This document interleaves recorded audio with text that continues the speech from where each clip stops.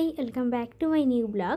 তোমাদেরকে তো আগের ভিডিওতে দেখিয়েছি যে আমরা খাওয়া দাওয়া করে মন্দিরে পুজো দিতে গিয়েছিলাম। পুজো দেওয়ার পর কপালে যজ্ঞের ফোঁটা নিয়ে আমি, মা, মাসি বেরিয়ে পড়লাম সত্য ভিক্ষা করতে। এই সত্য ভিক্ষাটা কিন্তু পুজোরই একটা পার্ট। এই রিচুয়ালটা আমি খুব এনজয় করি, ইভেন প্রত্যেকে খুবই এনজয় করে। ভিক্ষে করে চালটা যেখানে রান্না হয় ওখানে রেখে দিয়ে মা বাড়ি চলে যায়। আমি আর আমার মামার মেয়ে চলে আসি মাঠে। দাদারা তো আগেই চলে এসছে, তারপর আমি আর দিদি এসছি। খুব এনজয় করলাম। পুরো ফাঁকা মাঠের মধ্যে আমরা কয়েকজন মিলে খুব আনন্দ করেছি। বাড়ি ফিরতে ফিরতে বেশ ভালোই বিকেল হয়ে গেছিলো। তারপর এত খিদে পেয়ে গেছিলো, কোথাও ভাত না পেয়ে আমি আর দিদি চানাচুর মুড়ি খেয়েছি।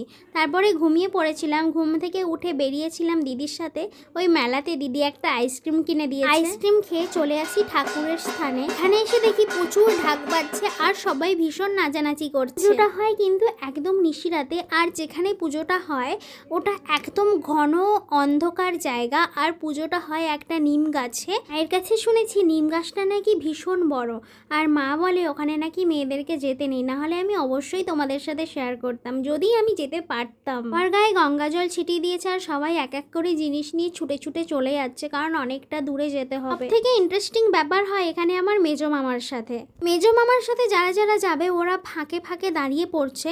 এখন একটা মানুষ, মানে ওই যে তোমরা দেখতে পাচ্ছ সাদা লম্বা দাড়ি পাকা চুল, উনি আমার মেজো মামাকে প্রথমে প্রণাম করে, তারপরে প্রণাম করে আমার বড় মামাকে। একটা জিনিস নোটিশ করেছো তোমরা, উনি কিন্তু আমার মেজো মামাকে আর বড় মামাকে একদম শুয়েই প্রণাম করেছে।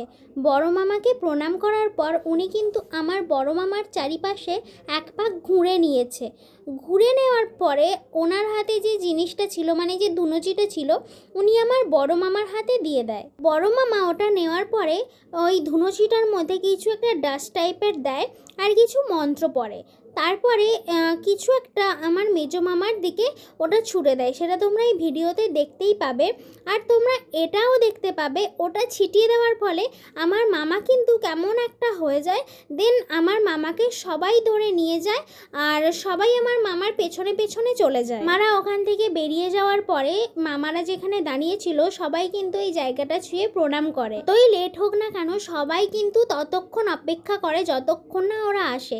ফাইনালি চলে এসছে। আর তোমরা দেখতেই পাচ্ছ আমার মামা কিন্তু অজ্ঞান হয়ে গেছে। তোমাদের সাথে আরেকটা জিনিস শেয়ার করি। আমি জানি না এই জিনিসগুলো সোশ্যাল মিডিয়াতে আপলোড করা ঠিক হচ্ছে কিনা, হয়তো আমি পুজোর পুরো রিচুয়ালটা শেয়ার করছি তোমাদের সাথে, তাই সব পার্টগুলো আমার মনে হলো শেয়ার করা উচিত, তাই এটাও আমি শেয়ার করছি। আমার মামা কিন্তু এবার খুব কান্নাকাটি করে নিচে নামছে। এখন আসি, দেখা হচ্ছে নেক্সট ভিডিওতে। প্লিজ তোমরা চ্যানেলটা সাবস্ক্রাইব করে দিও। বাই।